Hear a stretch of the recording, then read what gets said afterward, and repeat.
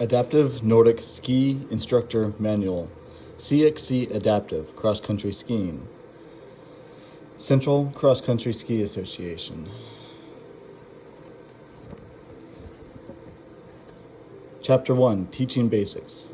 Chapter 2, Student Assessment, Appendix, Student Form. Central Cross Country Association, CXC, is recognized by the United States Ski and Snowboard Association, USSA, as the regional organization governing cross-country skiing in the 10-state central region of the United States, and by the United States Olympic Committee as a community Olympic development program. CXC provides an organization which enables athletes, coaches, and officials to achieve excellence in cross-country skiing through education, cooperation, communication, and competition. CXC oversees youth programs, supports the Junior Olympics qualifying team, Central Collegiate Ski Association, and Senior Masters Skiing, provides athletes, coaches, and officials education, coordinates competition, manages a full spectrum of adaptive program for all individuals with physical disabilities, trains Olympic caliber athletes, and is the Midwest pipeline to the U.S. Ski Team and the U.S. Adaptive Ski Team. CXC is a 501c3 nonprofit corporation and gratefully accepts tax-deductible donations for program enhancement.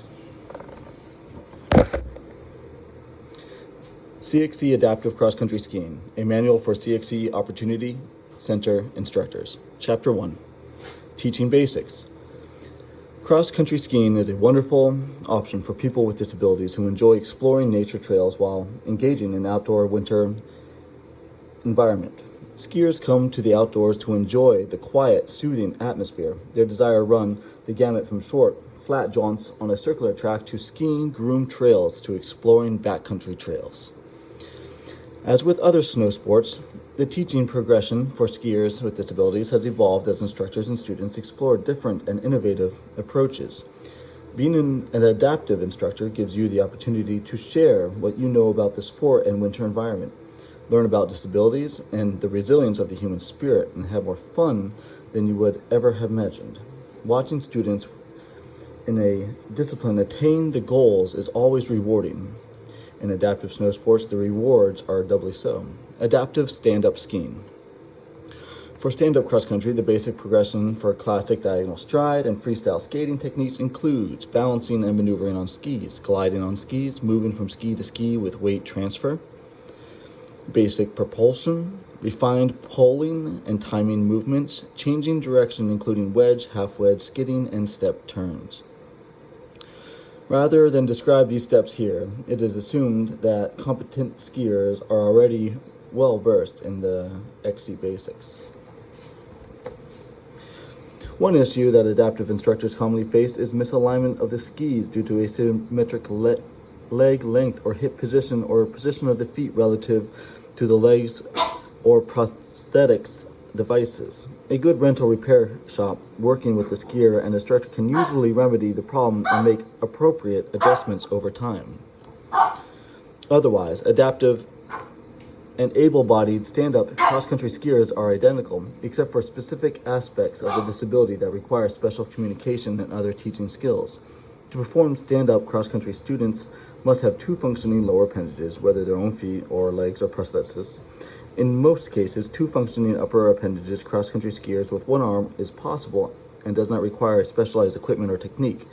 Skating and classic skiing with no arms is also an option. Stand-up equipment for beginners can be fit on the short side to allow for easier movement. Blind guiding. As mentioned above, cross-country techniques for stand-up skiers, individual skiing with two skis and usually poles, is visually identical to the technique used by able-bodied skiers. Various disabilities will require slight nuances, but generally the concept is the same in both classic and skate technique. Blind skiers are one group of stand-up skiers who do require some special assistance, although the ski technique remains constant. The trick for the instructor is to introduce new movements cleverly and with verbal clarity. An individual guide is almost always assigned to support a blind skier, whether the impairment is total or partial. guides are the eyes of the blind skier as they ski the trails as a team. The guide must be able to ski the course more effectively than their blind partner, as they must travel at the same speed while talking and thinking about relating every idiosyncrasy of the course as it rapidly approaches.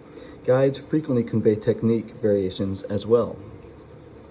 The most effective guiding is done from ahead of the blind skier to enhance a clear advanced look on the upcoming terrain. Although some guides prefer to follow closely behind while looking past their partner, skiing ahead does require the ability to ski while talking over your shoulder, whether guiding from ahead or behind. As the approach of a steep downhill, the guide usually slips off to the side of his or her partner. International rules do allow the skier and guide to descend steeper downhills side by side while maintaining minimal physical contact, such as the guide holding the skier's pole to aid in the direction changes. Most guides need to speak loudly enough to convey their messages clearly to the blind skier. Some use voice-activated microphones and headsets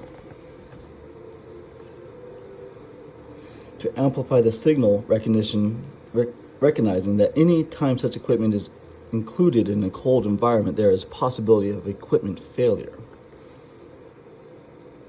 Blind skiers do well with both classic and skating, while each present interesting challenges.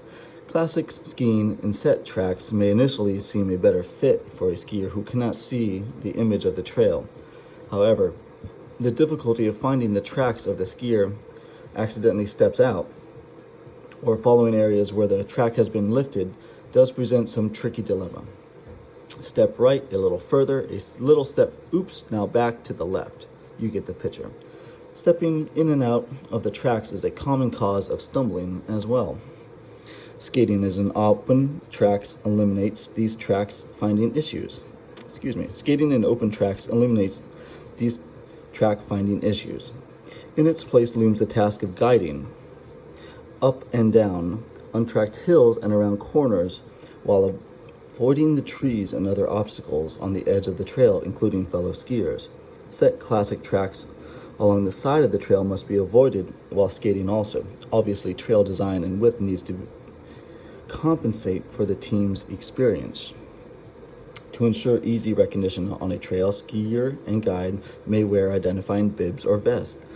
Frozen lakes with a solid snow surface or a football field-sized, completely groomed surface provides a great venue to begin skating with blind skiers. Very little guiding is necessary, so guides can concentrate on instructing the technique. To better understand the position of blind skiers, instructors should try skiing blindfolded while being guided by another sighted and then switch off. Or go for a ski at night on a wide trail without a headlamp.